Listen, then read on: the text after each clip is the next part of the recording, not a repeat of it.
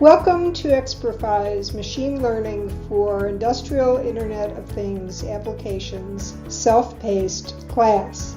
We are your instructors, Carla Yale and Randy Barnes. Combined, we have over 4 decades of experience in the sensor industry.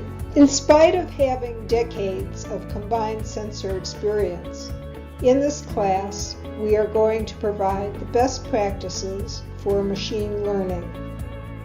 My name is Randy Barnes.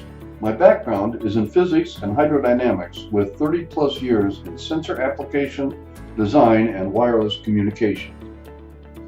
This industrial Internet of Things, in other words, machine-to-machine, lecture series is in 5 modules, which include real-world examples which improve the bottom line for the companies in which they were implemented, in order to help you trigger some value-added applications of your own. Real-time data exchange code will be walked through. Telecommunication implementation will be shown along with pitfalls. This class heavily includes artificial intelligence development.